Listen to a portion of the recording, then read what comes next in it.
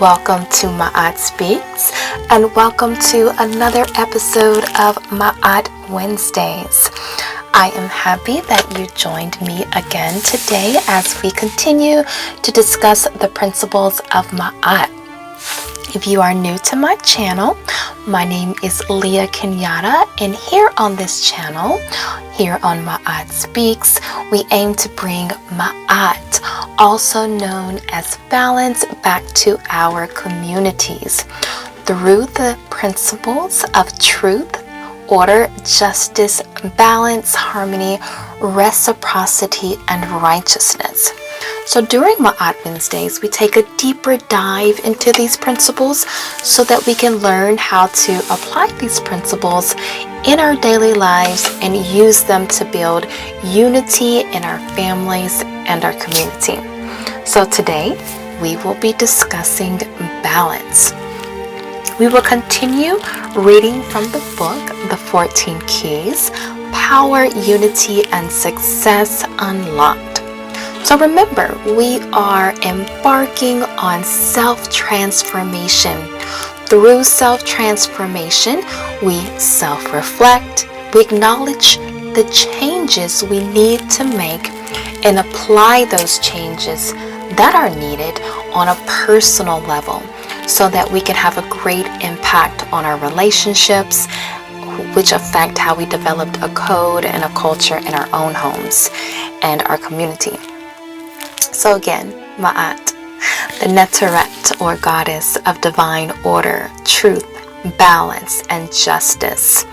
Ma'at teaches us how to bring balance and order into our lives through the 7 principles of Ma'at in order for us to reclaim who we are and make the most of our lives and manifest in the subconscious and conscious world.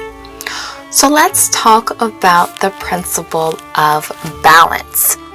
So last week we spoke on harmony. So if you did not see that video on harmony or the past few videos in this series, I do suggest that you go take a look at those videos first, as these videos are all connected. So we discussed harmony last week. Harmony is closely related to balance, as harmony is only achieved through authenticity. So in other words, when the self is being true to itself, or know thyself. So in order to reach that level of authenticity, internal and external environments must be aligned. That is why on the last video when I did discuss harmony, we talked about first achieving harmony in oneself before achieving harmony with someone else or within a group. It is said that in ancient Kemet or Egypt, if a leader or a king failed to maintain balance and harmony, he was seen as unfit to reign or unfit to lead.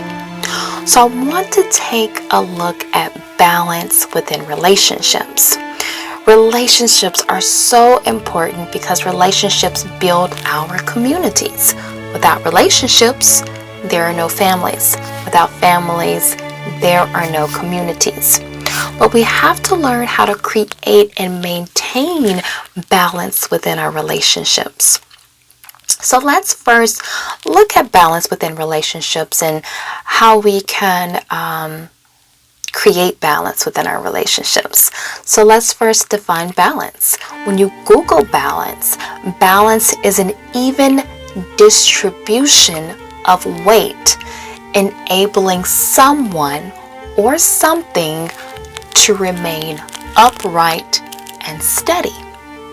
And then when you look at the etymology of balance, to balance is to make equal or to keep oneself in equilibrium.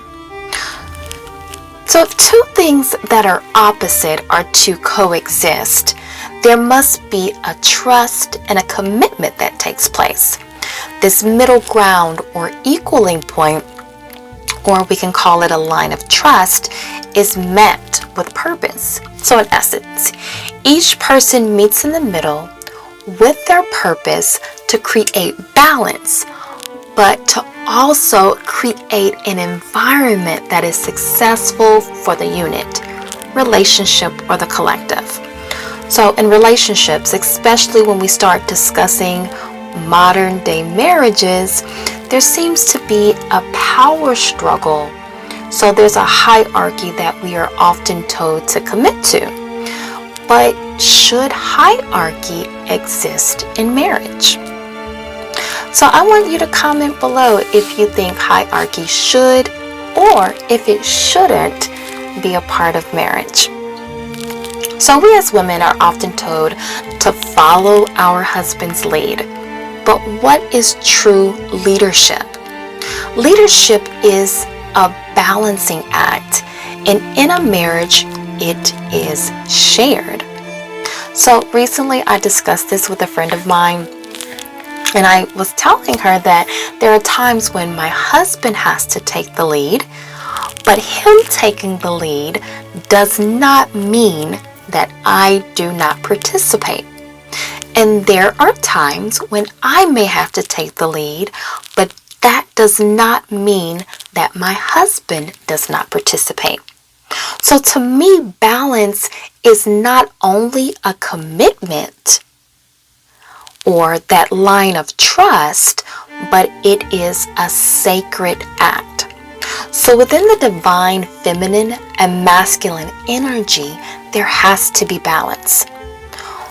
So I think of it this way. What's more important when we're receiving that fruit from the tree or when a plant grows? Is it the seed or the soil? When creating life, what's more important? The sperm or the egg, or better yet, the womb?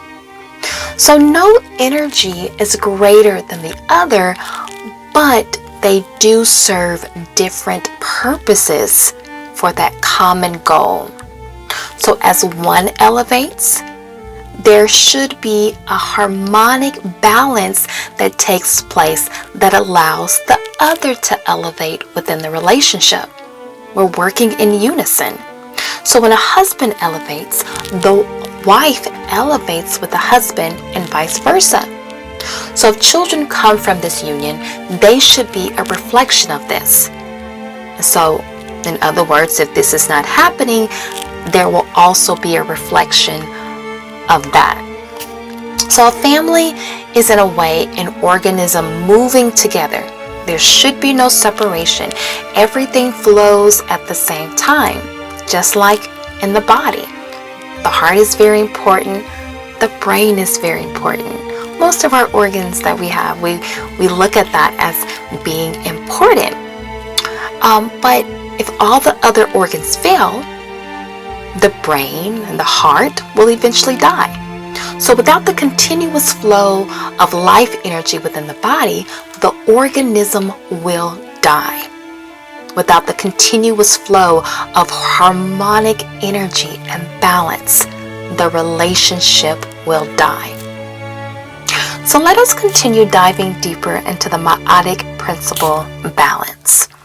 From the book of the 14 Keys, Power, Unity, and Success Unlocked by Chief Yua. Balance.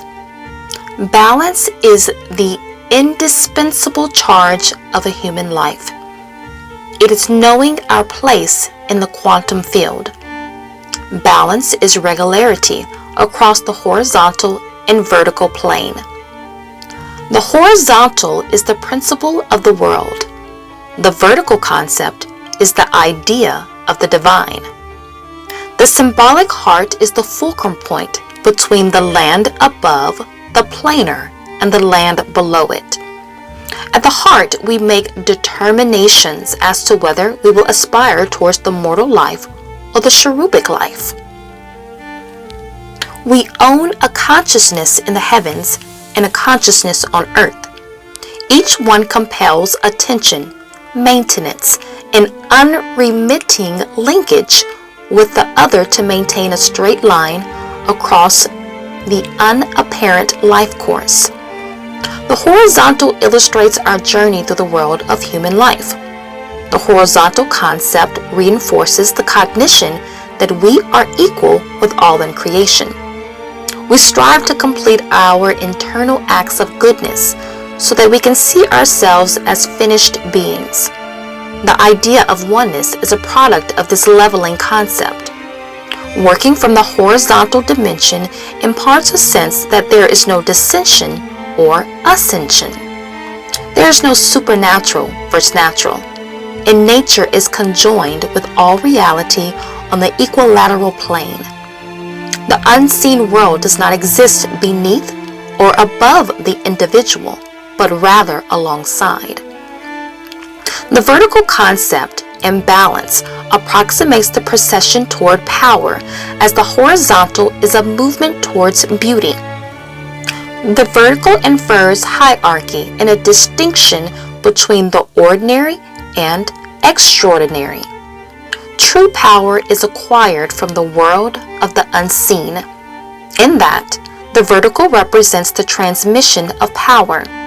The horizontal concept represents a state of impotence. Analogous to the aperture of the longitudinal expression of the female sexual cove, we behold the entrance to power. However, the vertical concept is closely associated with the day and the sun, while the horizontal, the moon and night. So we find complementary symmetry present in the spatial dimensions of the horizontal day and the vertical night. The vertical causes us to look towards the uprightness of a properly aligned spine and its fundamental relationship to character. As character formatively descends on an individual from a celestial prelude, it is the reconnecting with the source that cultivates and polishes the same stature. Here we behold a greater measure of the word nurture. It is the nurturing or naturing that we receive from the feminine or motherly vertical principle, which helps to contour our character. This nurturing helps us to straighten our proverbial spine and to live with character uprightly, as defined by our Most High.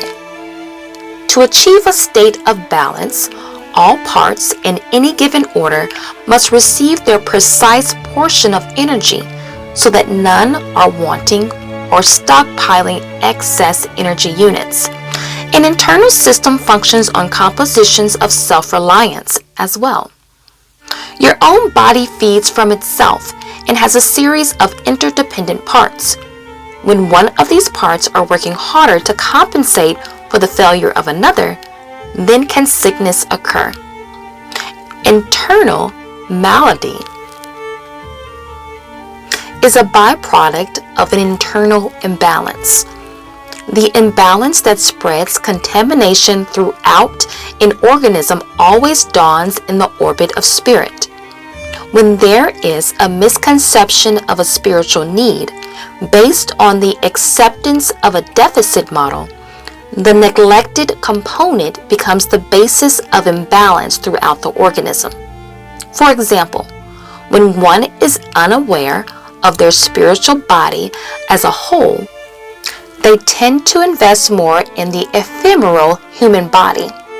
When that becomes the primary investment, the main lines to nourishment for the spirit are blocked by the deluded mind. The mind is the gateway to all spiritual experiences, from grasping the root of divine power. With this scenario, an imbalance develops wherein it requires the spirit to forage outside itself for nutrition, and the body loses its guidance system and agency in the spirit world. This manifests itself in the need for constant sacramental sacrifice of other organisms, a falsified sense of self, a lack of ancestral or spiritual support, and a sense of muddiness as to what life after death needs and preparation. Balance is a term that usually is more pointed than the assertion of the idea of fairness. When balance is present, A body has the ability to supply the needs of its own demands without annexing extraneous subsidy. Spiritual and physical organisms in balance sustain each other via the interchanging of each other's energy. When there is an imbalance present, those corporeal or celestial bodies must seek outside themselves to provide the sustenance needed. This is the end of the chapter. Next week, during Ma'at Wednesdays, we will discuss the principal order. Again, if you would like your own copy of Chief Yoa's book, the link is in the description. Comment below and give me your thoughts on balance and how you create balance in your relationships. Peace, family. See you next time.